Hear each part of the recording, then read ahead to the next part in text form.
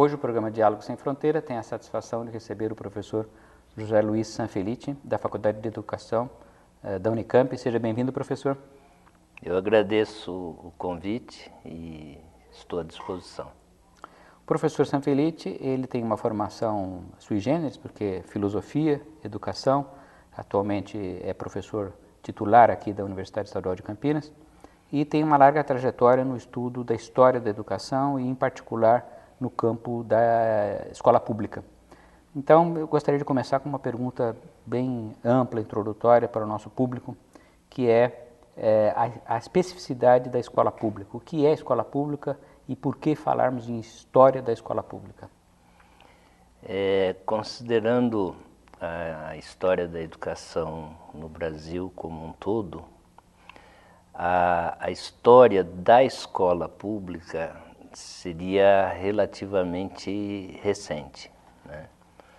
Porque durante 200 anos, no início da colonização, a educação esteve basicamente nas mãos dos jesuítas, né?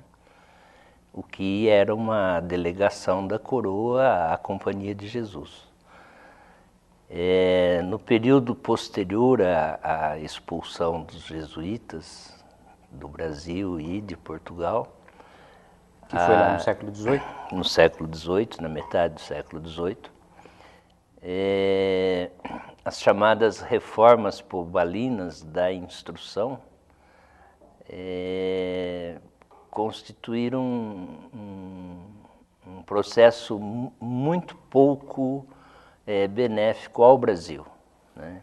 Talvez o impacto maior da reforma de Pombal tenha sido em Portugal. Aqui vão decorrer uns 30, 40 anos pós-expulsão dos jesuítas, praticamente apenas existindo pouquíssimas aulas chamadas de aulas régias, porque eram autorizadas pela coroa, né?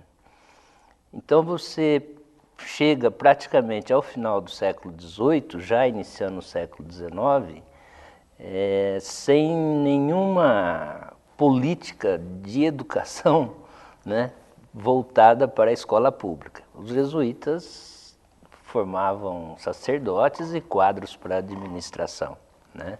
Não ministravam aula para mulheres, para negros, para indígenas, né?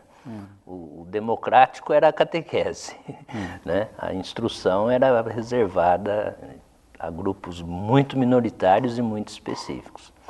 No século XIX, então após a independência, até chegarmos à proclamação da República, pode-se dizer que houve uma certa política educacional no Império, mas era mais no sentido de suprir, né, o ensino privado. Então, seminários, colégios, né, ou mesmo escolas não religiosas, acabavam tendo uma série de benefícios que o imperador repassava para as escolas. Apesar da primeira Constituição, né, de 1824, apesar dos atos adicionais, né, da década de 30, do século XIX, dos anos 30, né, não deslancha a escola pública, né, não deslancha. Quando chega a República, há um certo discurso da República em termos de você criar, né, uma nova civilização. Quer dizer, inclusive a própria República deveria corresponder a esse espírito civilizatório, né? Quer dizer, havia uma ambição de criar um sistema e educar as pessoas, a partir daí.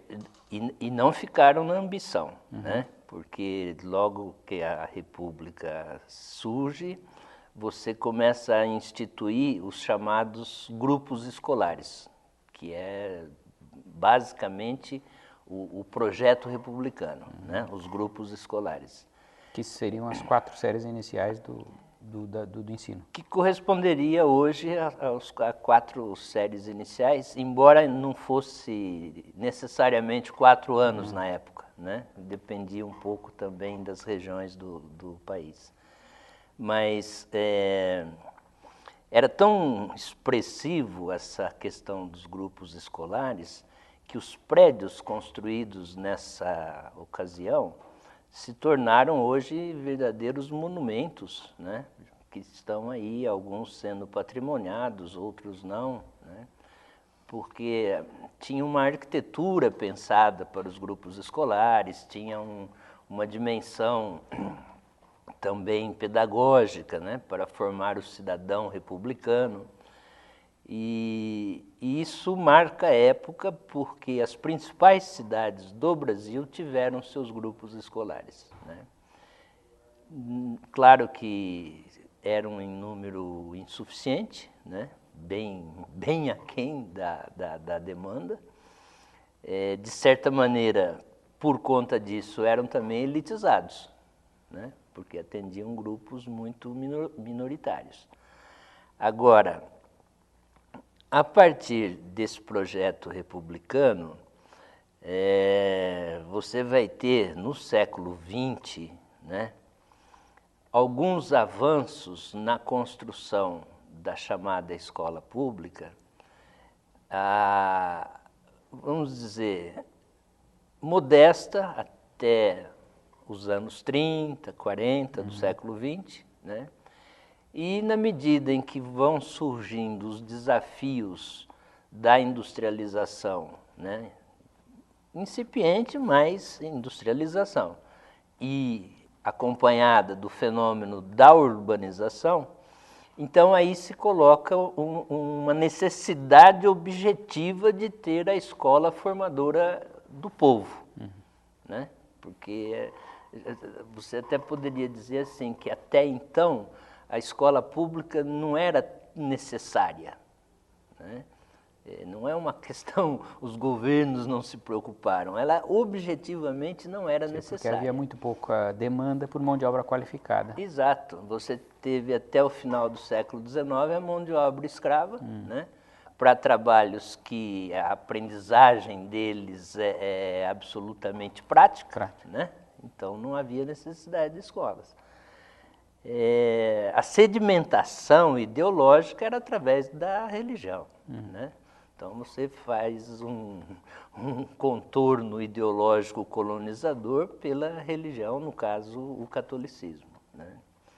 Mas eu estava dizendo, no século XX,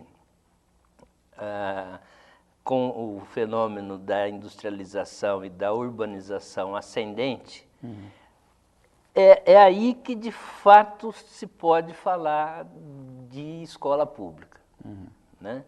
Porque vai começar uma expansão quantitativa, né? Então a oferta vai a cada dia se ampliar, e hoje, passados 60 anos, né? Passados 60 anos, começa-se a acusar estatisticamente que o ensino fundamental está praticamente universalizado, né? É um processo dos últimos 60 anos. É muito impressionante que na Constituição de 34 já se estabelecia a obrigatoriedade da escola primária universal e, no entanto, demoraram décadas para que isso fosse conseguido. Como o senhor mencionou, estamos em pleno, já entrando na segunda década do século XXI e nas estatísticas recentes que foram divulgadas ainda calcula-se em 3 a 4% das crianças entre 10 e 14 anos que ainda não são alfabetizadas. Então, nesse contexto, o senhor acha que esses 60 anos que o senhor estava mencionando de avanço da escola pública, ela foi exitosa e quais são os seus limites? Nós temos que considerar que a oferta quantitativa é um ganho, né? Nós não podemos retroceder nisso mais, é uma conquista histórica. A questão hoje é a qualificação, né, desse conjunto de escolas que passou a existir nos últimos 60 anos.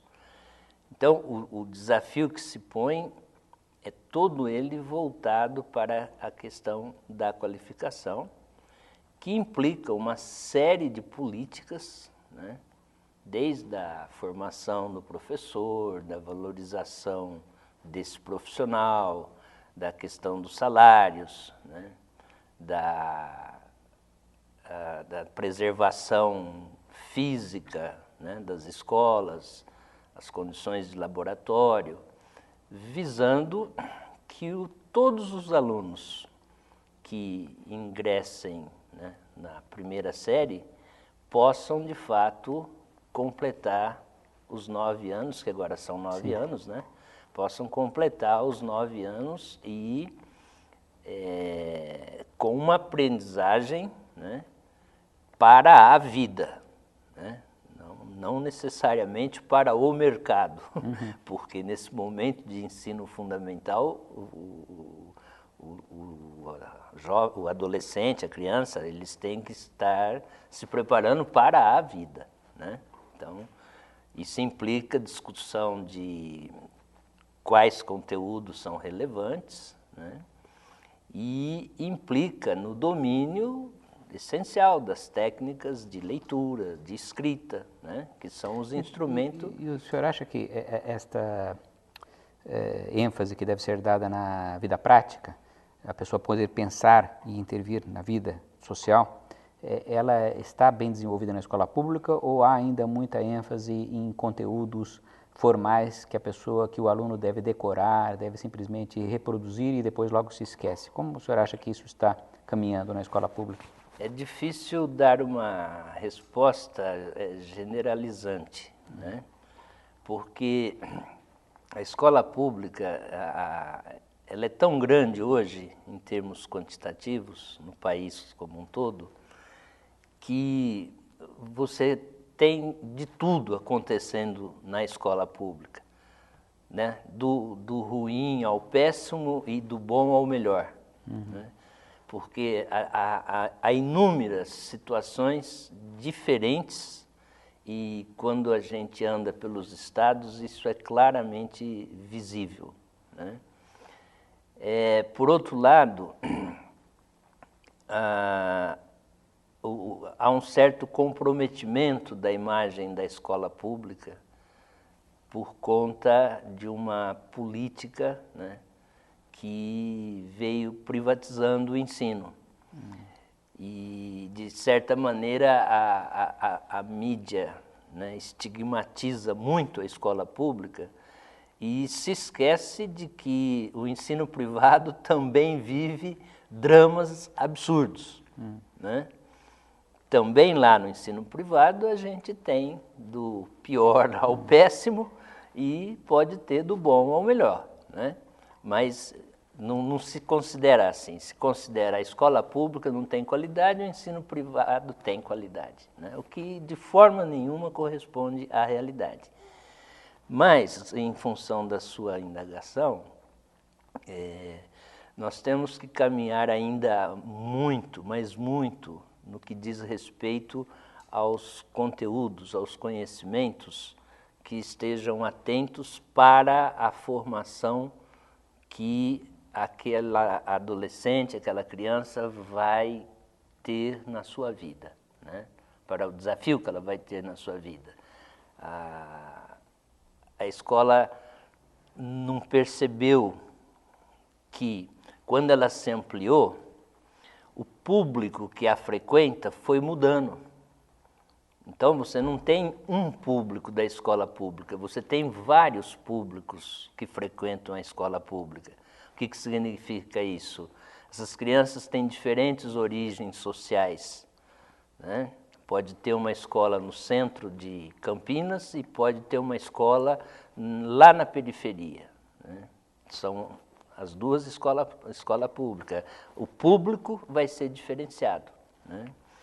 Isso aumenta o desafio pedagógico.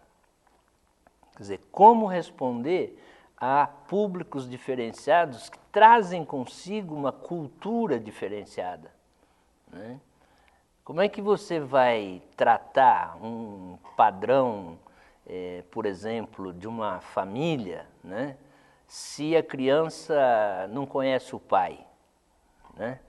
Se a criança está sendo criada pela avó, né? Se a mãe da criança está presa, e aí você vai dizer que a família padrão é papai, mamãe, né? Como é que... Então, a vida é muito mais dinâmica do que os conteúdos da escola, né? E por isso que às vezes a escola passa a ser desinteressante, né? Passa a não atrair o aluno, porque ela não está voltada para a vida, né? Temos que caminhar muito. Professor Sanfelice, eu queria agradecer muito, tenho certeza que o nosso público ficou muito mais bem informado a respeito dos desafios da escola pública, até a trajetória histórica da escola pública no Brasil. Então, eu queria agradecer muito a sua disposição de estar conosco hoje. Eu agradeço e apenas quero dizer que essas ideias são muito pontuais e muito rápidas, né? Elas precisam de um aprofundamento, precisam de uma reflexão, né?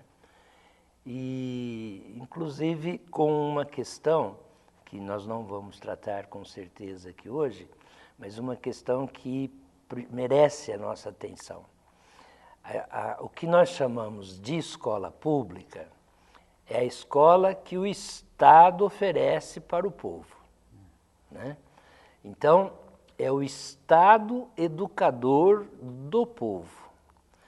E o desafio vem a ser como transformar a escola estatal, né, em escola pública, ou seja, de interesse público.